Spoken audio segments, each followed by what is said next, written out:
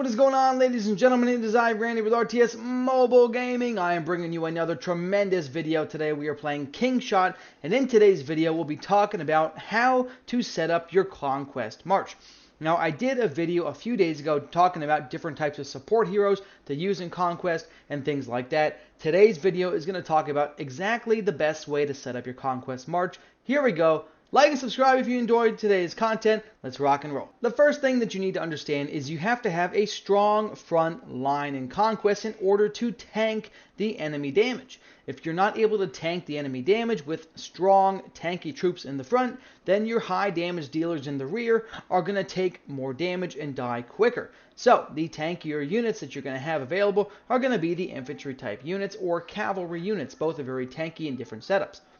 Infantry is great. I like to use Helga because she has very defensive skills. If you want to use an offensive tank, you can always put in Amadeus, who is a VIP 7+ only hero, and he is an offensive tank with offensive abilities, while Helga has defensive abilities. Howard also has several defensive abilities, and he gives buffs to the surrounding troops.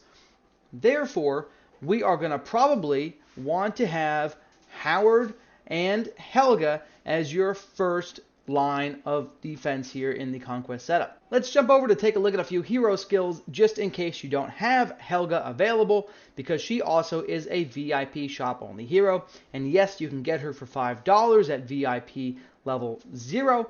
However, I'm going to say that if you don't have her, a great alternative is going to be Seth. Seth is a blue hero, which means he's going to be much easier to power up and get higher star ratings on. His skill books are going to be easier to obtain in game. And he also has a very, very powerful defensive ability called Armor Enhancement, massively reducing the damage that he takes. You can pair Seth with Howard in order to have a double defensive front line that is very free-to-play friendly if you don't have Helga as a paid player. Howard's ability for shield block is going to not only reduce his own damage taken, same bonus amount as Seth, but his joint defense is going to boost the defense of all heroes, including himself and Seth. So you end up having two great defensive heroes on the front line, one that provides a buff to all the units on the battlefield, making a great combo. But again, I prefer to use Howard on the front line paired up with Helga. Okay, now that we have Howard and Helga on the front line, folks, the question is, who is going to go next? Are you going to use 3 archers to have sustained high damage, very squishy back line? Maybe you are. Have I tested that? Yes, I have. Are you going to use 3 cavalry heroes to have medium damage, a little bit more tanky units that are also very powerful, or are you going to have a nice balance of archers and cavalry? The answer to that is going to be a nice balance.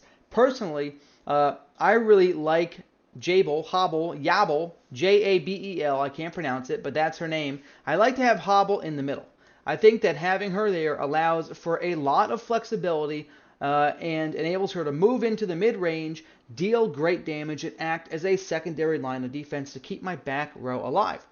Another alternative to that, if you're a paid player, you can also consider putting Amadeus in. Now you may be thinking to yourself, 3 infantry heroes, Randy, that sounds like a bit much. And in some cases it is. However, depending on your hero strength and the fact that you are now going to have 3 very, very tanky heroes, 1 very tanky hero, Amadeus, who is actually an offensive hero who gets a massive damage bonus when he has higher HP, you allow yourself to use a more powerful setup that actually is going to be very tanky and have great damage. In this case, I'm going to put Amadeus, I'm going to put my archers and Hobble over there. And let's go ahead and hit this lineup here just to show you the effectiveness. Amadeus, you want to have taking less damage because he does way more bonus damage when his health is above 50%. We'll take a look at that skill in just a moment here. But it's very effective to put Amadeus in the back row. However, I understand many players are not VIP 7 players and do not have Amadeus. And let's just take a look at his skills here. As you can see, Onslaught, giving you 40% bonus attack when your HP is above 50%. That is a tremendous skill. He also has 2 great damage skills to add to that, which are really, really incredible, making him a fantastic backline infantry. If you don't have Amadeus, I would suggest running double archer, probably Quinn, and I would run Saul. If you spent any in the game at all, you got Saul pretty much right away. He's that free hero that you get for spending a few bucks in the first week of the game. If you didn't spend, $2 or $3 or $5 on it, and you don't have Saul, I would also say Chanko is a good alternative, and you could run double cavalry with Quinn as your archer, or you could even run Diana. Diana has some good skills as well. She does decent damage. She won't be quite as good as Saul, but she is a good substitute. Obviously, my conquest level is a little bit higher because I am VIP 8 and I have pushed higher using paid heroes. So if you're free to play, you're not going to be as far as me on day 7, which is what we're on for Kingdom 36.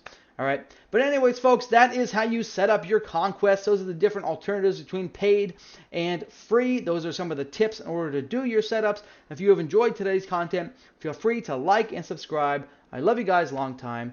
Randy out.